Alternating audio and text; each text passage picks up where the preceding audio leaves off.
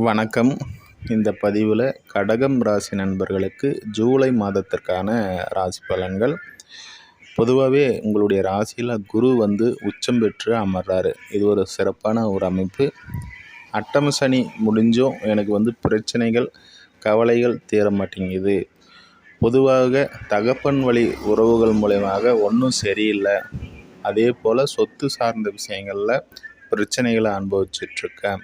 மனதளவில் மன உளைச்சல்கள் இருக்குது அப்படின்ட்டு கவலைப்பட்டுருக்கக்கூடிய, பொதுவாகவே கடகத்தில் பிறந்தவங்க நல்ல மனசுக்காரங்க.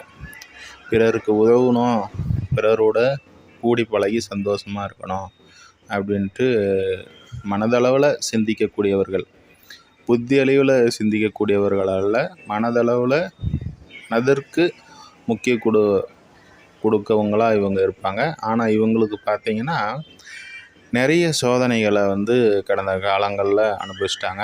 இந்த ஜூன் மாதம் இவர்களுக்கு எப்படி இருந்ததுன்னா, 10ஆம் அதிபதி பலம் பெற்று செவ்வாய் அமர்ந்ததுனால தொழில் அமைப்புகள் ஓரளவுக்கு ஜீவனம் ஸ்தானம் 10ஆம் இடம்ன்றதுனால ஒரு தட்டுப்பாடு இருந்தது. எப்படின்னா, வீட்டுக்கு தேவையான விஷயங்களை கூட வாங்கி பொழப்பு நடத்த முடியலையே அப்படின்ற மாதிரியான ஒரு கஷ்டத்தில் இருந்த கடகராசிக்காரங்க இந்த ஜீவனாதிபதி பலம் பெற்றிருந்தால, அதே போல் 5ஆம் பாவாதிபதியும் இந்த செவ்வாய் தான். குழந்தைகள் விஷயத்தில் நல்ல நன்மைகள் ஏற்படக்கூடிய ஒரு அமைப்பு.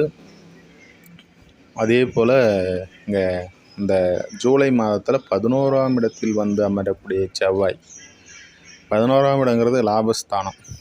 இப்போ முன்ன காட்டிலும் தொழில் செய்பவர்களுக்கு தொழிலில் அபிவிருத்தி ஏற்படும். அதே போல் நடுத்தர குடும்பத்தில் இருப்பவர்களுக்கு குடும்ப தேவைகள் பூர்த்தி அடையும். ஒரு மளிகை பொருளிலிருந்து அதே போல் பால், இது மாதிரியான விஷயங்களை கூட பூர்த்தி செய்ய முடியாத இருப்பீங்கள்ல, அவங்களுக்கெல்லாம் இப்போ நல்ல ஒரு அமைப்பு ஏற்படும். அதே போல் குழந்தைங்க, உங்கள் பசங்கள் சார்ந்த விஷயங்களில் இப்போ நல்ல நடக்கக்கூடிய ஒரு அமைப்பெல்லாம் இப்போ இருக்குது. சுக்கிரனும் புதனும் உங்களுடைய ராசியில் அமர்றாங்க. அப்போ பார்த்தா உங்களுடைய 11ஆம் அதிபதி 4ஆம் அதிபதி, அப்போ பார்த்தா இவங்க ராசியில் அமர்வது சுக்கிரன் இப்போ குருவும் சுக்கிரனும் இணைவு பெறாங்க. அப்போ தனாதிபதியும் சுகாதிபதியும் இங்கே இணையிறது சிறப்பான நன்மை தான். அந்த வகையில் வீடு சார்ந்த விஷயங்களிலும் சொத்து சார்ந்த விஷயங்களிலும் நல்ல முன்னேற்றம் இப்போது ஏற்படக்கூடிய ஒரு அமைப்பும் இப்போது உண்டாகும். புதன் அமர்றதுனால புதிய விஷயங்கள் எதையுமே துணிஞ்சு செய்யக்கூடிய ஒரு அமைப்புகள் உண்டாகும். முன்னேற்றமான ஒரு அமைப்பு. புதனும் குருவும் இணைகிறாங்க. புதா ஆதித்யா யோகம் அப்படின்ற மாதிரியான ஒரு அமைப்பு ஏற்படுறதுனால படிக்கக்கூடியவர்களுக்கு நன்மைகள் ஏற்படக்கூடிய, அனுகூலம் ஏற்படக்கூடிய ஒரு அமைப்பு. அதே இந்த மாதத்தில் 3, 4, 5 ஆகிய தேதிகளை சந்திராஷ்டம தினங்களாக இந்த ஜூலை மாதத்தில் வரக்கூடிய இந்த 3 நாட்களும் பார்த்திங்கன்னா மனக்கலக்கங்கள் ஏற்படக்கூடிய ஒரு அமைப்பு.